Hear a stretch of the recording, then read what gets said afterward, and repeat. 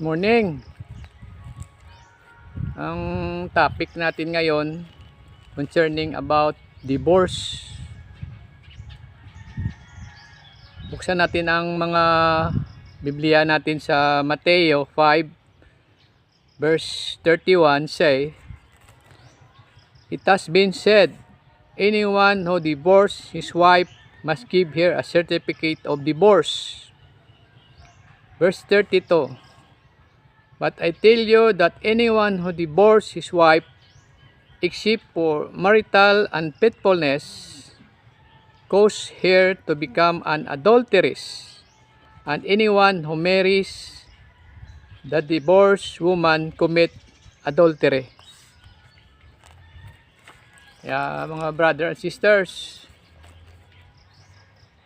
yan ngayon ang pinaka latest news natin sa social media, sa Senado.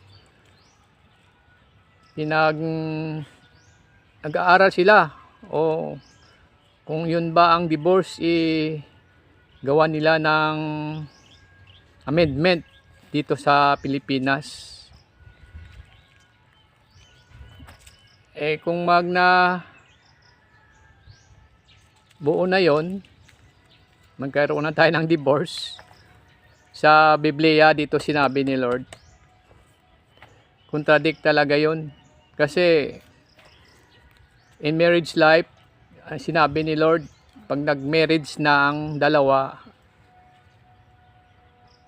ang nasil ni Lord, till death do us part, ang kinasal, yung dalawa naging isa na lang.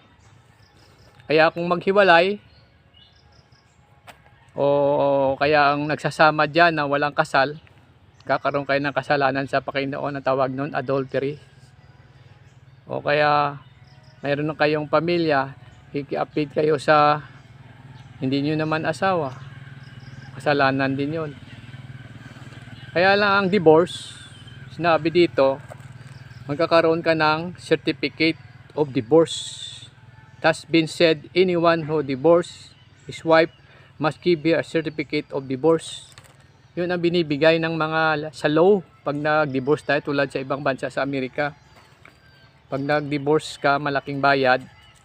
Marami nagpipirma dyan, yung mga attorney. Pero may mga ground dapat na makikita sa isang tao o sa bana mo o sa asawa mo, mayroon ginawang mali o kasalanan sa marriage life ninyo. Kaya hindi pinapayagan ng ng Panginoon. Kasi ang unang maapektuhan diyan yung mga anak nila. Lumalaki yung mga bata, wala ang mga magulang. Naghiwalay ang nanay at tatay. Ang magpapalaki yung lola. Iba ang pagtubo ng bata sa mga lola concerned sa mga nanay at papa. Iba talaga, masyadong ang bata, iba ang ugali. Kasi pagdating ng panahon, hanapin din ng anak ninyo ang pagkalinga ng isang nanay o kaya tatay na hindi niya nakakuha sa pagkalinga ng kanyang lolo or lola. Kaya hindi pinapayagan yun dito sa atin na magkaroon tayo ng divorce.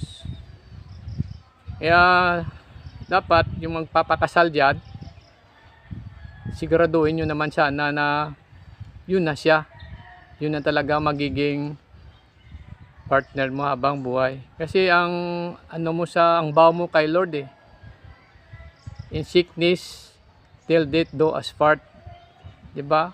Yun ang mo nun pag nagpakasal, yung isang dalawa ay naging isa. Kaya ang nangyari, generation to generation, parang hindi na maganda ang takbo ng sinusulat ni Lord sa Biblia, na ang magpakasal yung dalawa naging isa. Mayroong dyan, halos sa mga mayaman, nagpapakasal, naggagasto ng napakalaki ng gasto, ang binyo, milyon. Ang mga ninong-ninang, mga tataas na mga tao may katungkulan. Tapos magsasama, minsan isang buwan lang, 2 buwan, maghiwalay. Pupunta sa Amerika, magpa-file ng divorce. Kasi sa atin dito wala eh. Walang divorce kasi sa Pilipinas eh. Kaya, kung sa akin lang, ayaw ko papayag na magkaroon tayo ng divorce sa Pilipinas. Kasi una, apektado mga kabata eh. Meron naman dyan nagsasama sa, magkakasama sila. Wala namang kasal yun eh. Madami akong nakikita dyan. Ni-interview namin noon. 30 years na sila nagsama, walang kasal. Kaya lang, siyempre, pag walang kasal, yung papers ng mga bata, mahirap i-process yun pagdating ng panahon.